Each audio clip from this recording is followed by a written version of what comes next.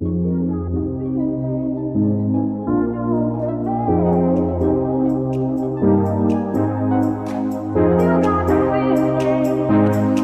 going on, guys? It's Rahul TV back again, and as you can tell, I've got the flu, still got the flu.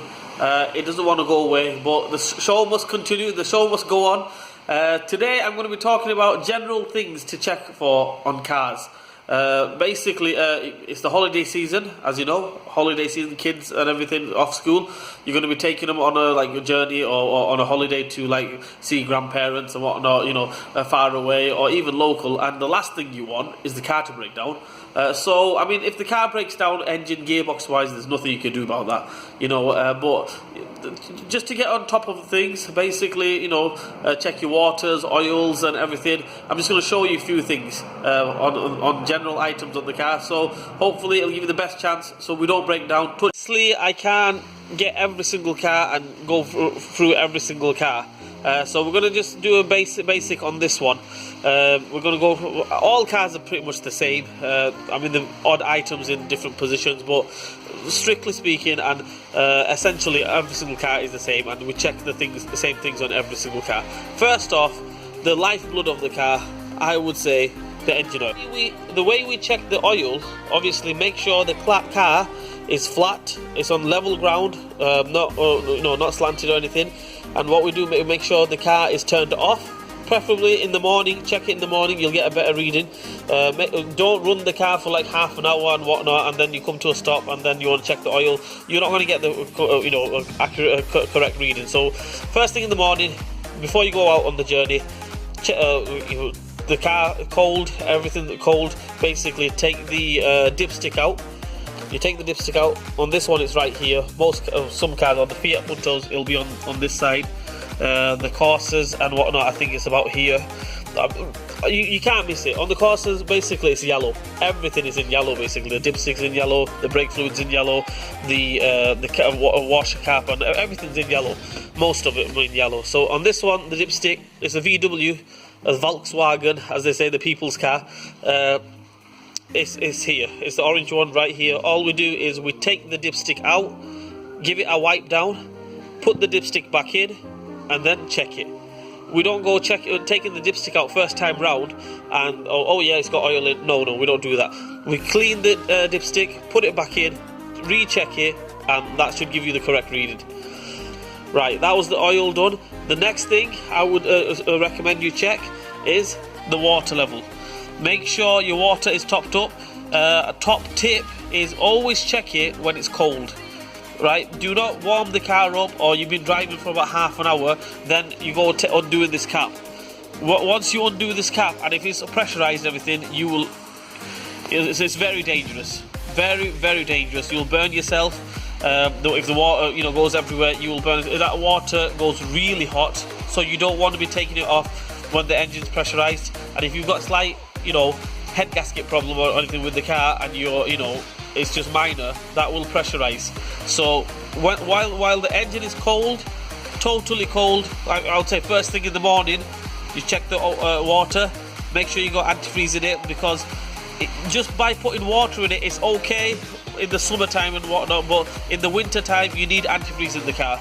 I mean, you need antifreeze all year round, to be honest with you, but especially in the winter time, antifreeze, or else all the pipes will just ice up. But in the summertime and all year round, you need antifreeze in it. It stops the internals of the engine from rusting, from rotting. So basically, check the water when the engine is cold. Another thing, we check the screen wash. Have you ever been on the motorway and you got salt and grit and everything, or even you got the flies on the windscreen and everything, and you want to use the windscreen wiper, and the windscreen washer doesn't work? It's a headache. And plus, if the police pull you over and your washer isn't working, you can get done for that as well. So make sure the washer's topped up. You can just put normal water in it, obviously, or you can just get a windscreen washer, put that in. That'll be okay. Your brake fluid, which is down there, make sure the brake fluid is topped up. All you do is undo the cap, make sure the fluid is topped up. There should be no reason why it shouldn't be topped up. The only reason why it should go low it's either you've got a leak on the car somewhere, on the brake calipers, the brake pipes or something, or your brake pads have worn out. So if the level's gone low, I would recommend you don't go on a long journey, get it checked out, see if the brake pads are low, or see if you've got a leak on it somewhere, because the last thing you want, this is the absolute last thing. I mean, car can break down, no problem. I mean, that doesn't really matter. But the last thing you want is you hit that foot brake and nothing happens. Basically, if you have a leak on it or something and the fluid runs out and you got no fluid in it whatsoever, you hit that brake, nothing happens, and heaven forbid, you know, it doesn't happen. And yeah, so you know what I'm trying to say. So make sure you check the brake fluid. What else can you check on top of the car wise? I mean, there's nothing much to check. I mean, just checking for general oil leaks. If there's mad oil leaks, obviously you don't want to be on the motorway with a mad oil leak. The other thing you can check before you go out on a journey is just check the fan belt. Most people, you don't need to really mess about with that, but on this one you can check the fan belt. You can see it's there, it's all good, you know, nothing to worry about. I mean, if it's got tears on it, and you know, if it's frayed and whatnot, you don't want to be going out on the motorway. The fan belt snaps and you're stuck in the middle of nowhere. Right, that's that. Is the tyre pressures. Make sure you have all, you know, good tyre pressures. I would say the recommended tyre pressure on most cars is about 30 to 32, 28 to 32, something like that. Make sure you have, you know, tyre pressures all topped up and everything, because if you have one tyre low on pressure, it can throw you out. The balance will be all over the show. When you hit that foot brake, car will wander. So make sure all the tyre pressures are you know, topped up properly, and yeah, you should be good to go. As for the lights and everything, I mean, most modern cars, if the lights are out, side lights out, headlights out, or even the brake lights out, or anything like that, it will tell you on the dashboard. You know, it'll say side light out or brake light out or something like that. So most modern cars will tell you. If your car doesn't tell you, obviously you'll need two people to check it. One person to hit the brakes, the other person to check it, or you know, you get a mirror, or even you know, drive up to a wall or something. And then check it that way. But most modern cars should tell you if your lights are out, or you just get somebody else just to check it with you. That's the only way I would say. I would recommend you do that. Get your son or your daughter or somebody, anybody, you know, just to check the brake lights, hit the brake lights, put the side lights on, put the headlights on, and just go through the lights that way. I'm going to give you guys is, like, for instance, you've had an MOT done today, and you've had the MOT done, and they've passed it on everything, advised you on the tyres and whatnot, and you're thinking, good to go, I'm good to go to on a long journey, everything. Don't believe that, because the the MOT laws is an MOT law, and the police law is something else. On the MOT law, the tyre gauge, the tread depth is 1.6 through the center of the tyre. Right, the thing is, if the edge is worn out or whatnot, it's not really a fail on the MOT test. But if Mr. Policeman pull you over and the edge is gone on the tyre for tracking purpose or whatever, you'll get done for it.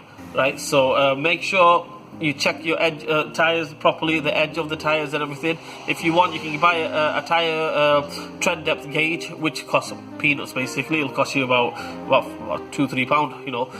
You can check it out with that. That will give you an accurate reading, and yeah, you'll be good to go then. So yeah, guys, that should really cover everything. Basically, if you're going out on a long journey, make sure all your tyre pressures are done alright. You know, 28 to 32. That range. Make sure your tyres are okay, you know, the tread depth. Make sure the oil is, engine oil that is topped up. Your water coolant is topped up. Your washers, windscreen washers is topped up. This car hasn't got a power steering, so it's got electronic power steering on this one, so it hasn't got no fluid or anything. If your car has got power steering, a conventional fluid power steering with the power steering pump and everything, I'd recommend you just check the power steering fluid. You don't want to, you know, I mean, you shouldn't really break down if you lose a power steering fluid, but it's going to make the journey a bit, you know, hard for you. So we don't want that. Next thing is obviously the brake fluid. Make sure that is the important thing. You check the brake fluid, and for the rest of the car, obviously, for the local general people, they can't check the whole car. You know, these are the few little pointers I'm giving you guys. Like for instance, the brake pads, brake discs, and whatnot. If you can see, if you got alloy wheels on and you can see through the gap, check them just to make sure you're on the safe side. Make sure you've got a bit of meat left on them. If you can't check it, then obviously you should get the car regularly serviced every 6 months, at least every 6 months. Get it serviced, and then you should be on top of things anyway. So anyway, guys, thanks for watching. I'm absolutely knackered, as you can tell. As you can see, I'm knackered. I'm not feeling the best, but I hope this little video gives you a little bit of insight and gives you a few tips on what to check on a car if you're going on a long journey. And obviously, as you can see, the Eid is upon us, and people are going to be traveling to the loved ones, obviously to the in-laws and everywhere, or to grandparents and whatnot. You don't want to break down, so make sure you check all these things, and hopefully you have a nice Eid, and I will see you guys soon. Hit that like button for me, subscribe to my channel please, and I will see you guys soon, hopefully when I'm feeling a little bit better.